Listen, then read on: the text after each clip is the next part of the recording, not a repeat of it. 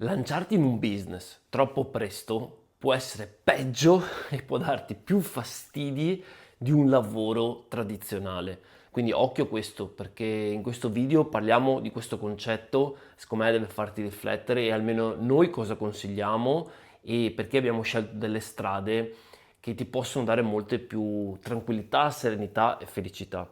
Allora, diciamo che tradizionalmente quando uno dice c'è il lavoro da dipendente, poi vuole lanciarsi in un business, alcuni fanno proprio questo salto, cioè magari hanno risparmiato due soldi, prendono e si lanciano e il fatto è che se le cose vanno bene non c'è nessun problema. Però se consideriamo che ogni attività, la maggior parte delle attività che partono oggi, fra 5 anni, non esistono perché hanno fallito, hanno chiuso, cioè non tengono la prova del tempo, pensare di fare un salto così subito non è da tutti, soprattutto se non hai la giusta mentalità, soprattutto magari vieni da una famiglia imprenditoriale, possono aiutarti anche con i soldi, tutto un altro discorso. Ma se sei una persona da zero, che parte come noi, che non hai acquisito una mentalità imprenditoriale perché la tua famiglia, i tuoi genitori, almeno come me, sono sempre stati dipendenti, fare un salto così è troppo, perché soprattutto quando arrivano i problemi magari non hai la capacità di affrontarli, magari per troppo tempo avviare un business può anche significare che per troppo tempo non hai soldi che ti entrano, magari solo spese se hai anche investito tanti capitali, magari come può essere aprire un business tradizionale e questo poi ti può portare tanta frustrazione.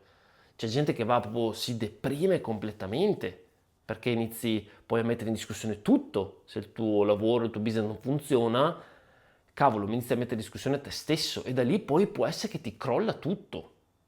Il mio consiglio che voglio darti è, se hai la mentalità che vuoi cambiare perché il tuo lavoro non ti dà più soddisfazione, è troppo limitante in termini di tempo libero e soldi, ci sta a voler cambiare. Però quello che puoi fare è uno step passo dopo passo.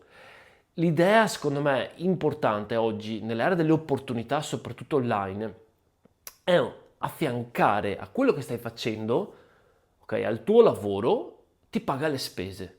E quindi, ok, anche se non ti dà tanta soddisfazione, ti occupa del tempo, però nel tuo tempo libero, la sera, molti iniziano la sera dopo cena, nel weekend, lo dedicano a un piano B. Quindi hai il tuo lavoro che ti paga il tuo stile di vita attuale e il piano B dove ci dai sotto sempre di più, ovviamente. Magari, chiaro, puoi alzarti prima la mattina, dedicare più tempo, non so, dedicare meno tempo agli svaghi e al piano B. Però perché è meglio così? Perché intanto ti dai il tempo di costruire, ok, qualcosa che poi funziona e una volta che funziona puoi fare il cambio. Oppure puoi fare un cambio a step, cioè magari oggi nel tuo lavoro lavori full time e inizi un piano B, magari fra 6 mesi, un anno ti permette di guadagnare quei 700-800 mila euro in più al mese, magari decidi che passi a part time nel tuo lavoro, così puoi dedicarti di più. Perché molto spesso all'inizio, finché testiamo il nostro business, la maggior parte delle volte, almeno la maggior parte delle persone, realmente che si impegna nel suo business sono poche ore, che puoi iniziare tranquillamente, ok? E part time o nel tempo libero dopo il tuo lavoro. E questo è molto più, secondo me, interessante. Perché? Perché lasci tutta quella emotività che magari avresti se fai un salto nel buio e poi non ce la fai e poi, cioè, tutta questa emotività, se non hai i soldi, ti si ripercuote poi tutto sulla famiglia e questo non è bello. Quindi invece tu cosa fai? Hai il tuo lavoro, affianca un piano B, all'inizio studierai, se vuoi fare per esempio investire, fare investimenti, criptovalute, finanza, eccetera, forex, andrai a studiare. Quindi puoi studiare qualche ora ogni giorno, la sera o nei weekend. Dopo il primo periodo, semplicemente, ok, andrai ad applicare quello che sai. Ma la stessa cosa nel network marketing. All'inizio seguirai la formazione messa a disposizione dal tuo team e poi inizierai ad applicare. Però step by step. Cioè, tu pensa, guadagni 1500 euro al mese, inizi a guadagnare 500 euro con il tuo piano B.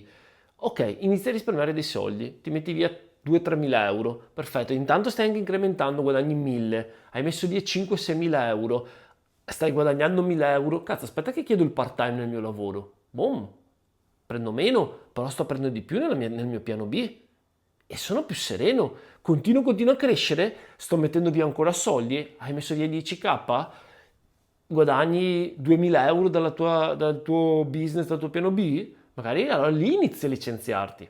Però magari è passato un anno, sono passati 2 anni. Lo so che è più dura perché magari molte volte, io ti dico, quando da dipendente le frustrazioni sono tante, ma ti posso assicurare che fare un salto ed avere frustrazione perché non arrivi a fine mese, perché soprattutto se sei anche un po' più adulto, c'è altro discorso se hai 20 anni e vivi con i genitori e il piatto ti arriva sempre in faccia, lo stesso, un tetto dove dormire ce l'hai, ma se devi pagare l'affitto, devi dare da mangiare a te, tua moglie o i bambini, tutto un altro discorso, tutto un altro discorso.